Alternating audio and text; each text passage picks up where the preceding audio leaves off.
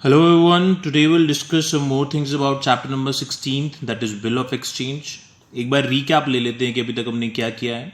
Bill of exchange is a legal document. इसमें तीन parties होती हैं, drawer, drawee and payee. Drawer who draws the bill, drawee on whom the bill is drawn and payee who will receive the amount at the end. Payee could be a third party. उसके अलावा हमने days of grace के बारे में बात करी है. 3 days of grace, bill की मेच्योरिटी पीरियड जो होगा उसमें 3 days ऑफ ग्रेस ऐड किए जाएंगे. उसके बाद हमने बिल के ट्रीटमेंट की बात करी. व्हेन बिल इज रिटेन, जब हम बिल रिटेन करके रखते हैं मींस जिस पार्टी ने पैसे लेने हैं अगर बिल उसके पास ही है मेच्योरिटी डेट आने तक तो उसकी एंट्रीज क्या होंगी? सेल वाली एंट्री, बिल रिसीव करने वाली एंट्री और उसके बाद पेमेंट रिसीव करने वाली एंट्री. इसी तरह जिस बंदे ने परचेज करी थी और जिसने पैसे देने थे उसकी परचेज वाली एंट्री, उसका बिल पेबल साइन करके देने वाली एंट्री और उसके बाद उसका पेमेंट करने वाली एंट्री.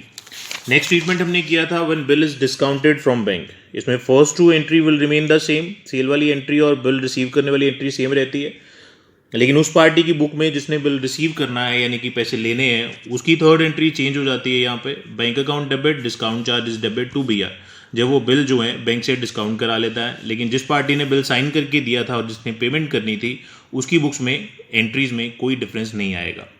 नेक्स्ट जो है ट्रीटमेंट बिल का that is endorsement of a bill, और इसके लिए हम क्वेश्चन नंबर 9 डिस्कस करेंगे. ए वुड बी ₹8,000. ए ने बी को 8,000 रुपये देने थे.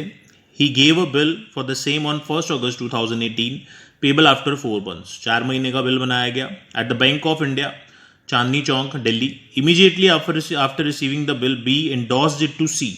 बी ने जैसे ही बिल रिसीव किया उसने इसको एंडोर्स कर दिया. देखिए एंडोर्स करने का मतलब होता है कि किसी और बंदे को दे देना. बी ने सी को पैसे देने थे और उसने पैसे के बजाय उनको बिल दे दिया कि जब इस बिल की मेच्योरिटी डेट आएगी आप ए से पैसे ले लेना. इन पेमेंट ऑफ हिज डेब्ट on 1 September C discounted the bill at 12% per annum. सी ने क्या किया, आगे अपने बैंक से बिल डिस्काउंट करा लिया. The bill is met on due date. Bill की पेमेंट जो है वो मेच्योरिटी डेट पे कर दी गई. Pass journal entries in the books of A, B and C. ठीक है जी, तो तीनों की बुक्स में एंट्री करनी है. सबसे पहले बुक्स ऑफ ए जिसने पैसे देने थे. यहाँ पे परचेज सेल की एंट्री नहीं होगी क्योंकि क्वेश्चन में बताया नहीं गया है. तो 1 August 2018 को ए ने जब बिल साइन करके दिया तो entry will be B's account debit to bills payable. उसने बी को बिल साइन करके दिया था तो बिल पेबल उसकी लाइबिलिटी बन गई. और 4 months के बाद यानी कि 8 से 9, 9 से 10, 10 से 11 और 11 से 12 हमारे 4 months कंप्लीट होते हैं प्लस 3 days ऑफ ग्रेस करके 4th of December 2018 will be the maturity date. उस दिन उसने पेमेंट करी तो bill payable account debit to bank यहाँ पे आ जाएगा. ए की बुक्स में 2 एंट्री होंगी. बी जिसने बिल रिसीव करना था यानी कि पेमेंट रिसीव करनी थी उसकी पहली एंट्री आएगी bill receivable account debit to A. Bill receivable उसका एसेट बन जाएगा और ए जो उसका डेटर था उसको क्रेडिट कर देंगे. ठीक है जी, जब उसने सेल वेल करी होगी उसको. सेकेंड एंट्री बिल ट्रांसफर करने की. देखिए बिल हर कंडीशन में, चाहे हमारे पास पेमेंट आ गई है, चाहे हमने बिल बैंक से डिस्काउंट करा लिया है या हमने एंडोर्स कर दिया है, बिल हर कंडीशन में क्रेडिट ही हो रहा है.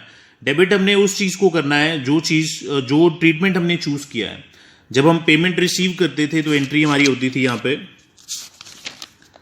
Cash account debit to BR, यानी कि कैश आ गया और बिल खत्म हो गया उसको क्रेडिट कर दिया हमने.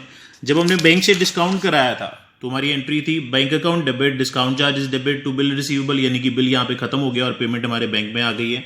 यहाँ पे हमने बिल को एंडोर्स किया है सी को, तो सी को हम डेबिट कर देंगे क्योंकि सी जो हो गया वो रिसीवर हो गया बिल का. ठीक है जी, हमारे पास बिल आया हुआ था, हमने उसको सी को एंडोर्स कर दिया क्योंकि सी को पैसे देने थे हमने, तो उसकी जगह पे बिल दे दिया. तो C will be debited and B R will be credited. B की बुक्स में भी एंट्री खत्म हो चुकी है. अब बात करते हैं सी की. सी के लिए वो बिल रिसीवेबल है जो उसको बी से मिला है. ठीक है जी, तो एंट्री वो अपनी बुक्स में पास करेगा bill receivable account debit to B, क्योंकि उसने बी से पेमेंट लेनी है तो वो बी को क्रेडिट करेगा. अगर सी ने सेल वगैरह करी होगी बी को तो इसके पहले की एंट्री जो रही होगी that can be B's account debit to sales. ठीक है जी, और जब बी ने उसको बिल दिया तो वो बी को क्रेडिट करेगा ना कि ए को. तो entry will be bill receivable account debit to B's account 8,000. उसके बाद सी ने सितंबर 1 September को उसने बैंक से बिल डिस्काउंट करा लिया 12% पर एनम पे. तो entry will be bank account debit, discount charges account debit to bill receivable account. 8,000 का बिल था, 12% डिस्काउंट चार्ज की परसेंटेज थी. 3 months के लिए बैंक को वेट करना था. बिल जो था वो 4 months के लिए बनाया गया था, लेकिन 1 महीना रखने के बाद जो है सी ने बिल बैंक से डिस्काउंट कराया है तो 3 months बैंक को वेट करना पड़ेगा. तो वो 3 months के पैसे काटेगा, दैट विल बी 240 रुपीज़ और हमारे पास आया कितना 7760। ठीक है जी। नेक्स्ट ट्रीटमेंट क्या होता है, sending the bill for collection. कई बार क्या होता है कि हमें लगता है कि हम भूल जाएंगे मैच्योरिटी डेट का और बिल जो है वो खुद कलेक्ट नहीं कर पाएंगे, तो हम क्या करते हैं अपने बैंक को दे देते हैं कि आप हमारे जगह पे बिल के पे अमाउंट जो है वो कलेक्ट कर लें। ठीक है जी। क्वेश्चन नंबर 11 डिस्कस करेंगे।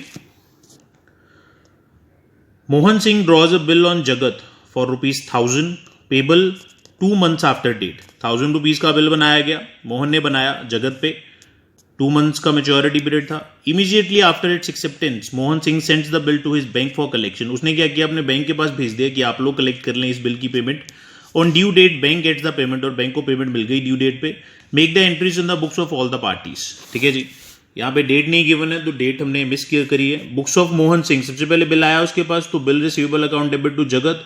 उसके बाद जब उसने बिल बैंक को दे दिया कलेक्शन के लिए, तो बिल फिर से क्रेडिट हो जाएगा क्योंकि हमारे पास से बिल जा चुका है। और डेबिट क्या होगा, bill send for collection account debit. ठीक है जी। Bill send for collection account debit to bill receivable, और जब पेमेंट आ जाएगी बैंक के पास तो बैंक अकाउंट हमारा डेबिट हो जाएगा और बिल सेंड फॉर कलेक्शन हमारा क्रेडिट हो जाएगा। ये मोहन की बुक्स में एंट्री खत्म हो गई।